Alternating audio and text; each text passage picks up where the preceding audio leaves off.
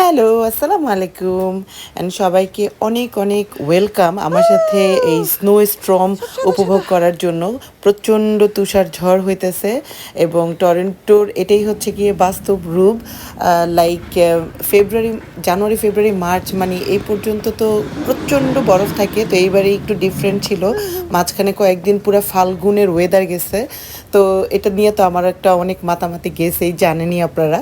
তো এটা হচ্ছে গিয়ে আমাদের দুপুরের সিন। সকালবেলা যখন মুসাকে দিয়ে আসতে গেছি স্কুলে, তখনও এত তুষার ছিল না, এত স্নো পড়তেছিল না। এটা জাস্ট মুসার যখন স্কুলটা ছুটি হচ্ছে ঠিক তখনকার সময়ে, এবং প্রচণ্ড রকমের তুষার ঝড় হইতেছিল যেটাকে বলে। আমার ভিডিও থেকে অত বোঝা যাচ্ছে কিনা জানি না। আর আমরা মা বেটা বলে না, অ্যাকচুয়ালি স্কুল থেকে বের হয়ে প্রত্যেকটা বাচ্চা মানে এই স্নোর মধ্যে গড়াগড়ি খাইছে, স্নোর মধ্যে খেলছে, এবং সবাই এটাকে খুবই উপভোগ করছি, কারণ অনেক দিন পরে এই বছরে এত এত এত মানে স্নো পড়লো। তো যাই হোক, দেখতেই পাচ্ছেন যে আমাদের স্নোর উপভোগ কেমন চলতেছে। আর মানে স্নোর ভিতরে খেলতে খেলতে মনে হইতেছিল বাসায় যে একদম গরম গরম মচমচে কুড়মুড়ে কিছু একটা খেতে হবে। সারাদিন মানে ঝিমাইছি, মুসাকে স্কুলে দিয়ে বাসায় তেমন কোনো কাজই করি নাই। তো খেলতে খেলতে মনে হচ্ছিল বাসায় যে একদম কুড়মুড়ে কিছু একটা খেতে হবে।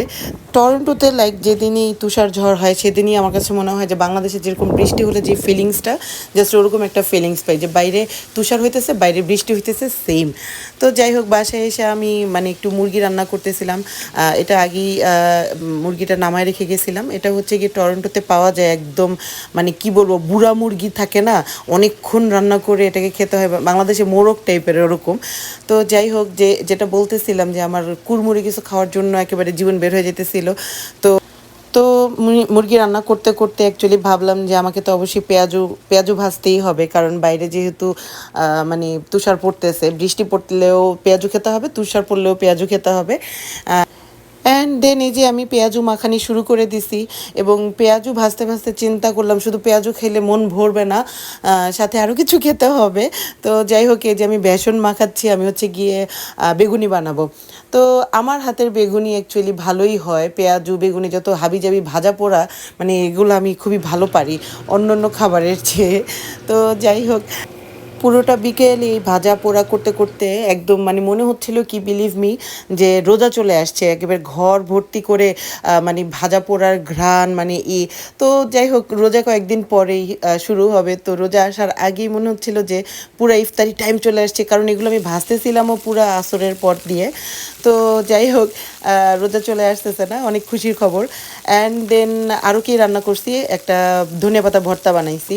তো পুরাটা বিকেল সন্ধ্যা আমি শুধু রান্নাই করলাম, মানে দুপুরবেলা ঘুরে এসে মানে তুষার ঝড়ের মধ্যে মুসাকে নিয়ে খেলে এসে যে আমার মুরগিটাও রান্না হয়ে গেছে, ধনেপাতা ভর্তা করছি, দুনিয়ার ভাজা পোড়া করছি, এবং ফাইনালি মনে হইতেছিল পুরো রোজার দিন চলে আসতেছে।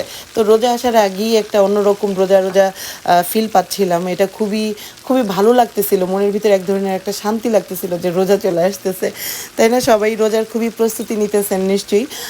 তো এই যে আমার ধনিয়া পাতা ভর্তা বানানোর প্রসেসিং, একটু ধনিয়া পাতাটা মানে ভাজা ভাজা করে নিলাম, তারপরে হচ্ছে আমি ব্লেন্ড করে নিব।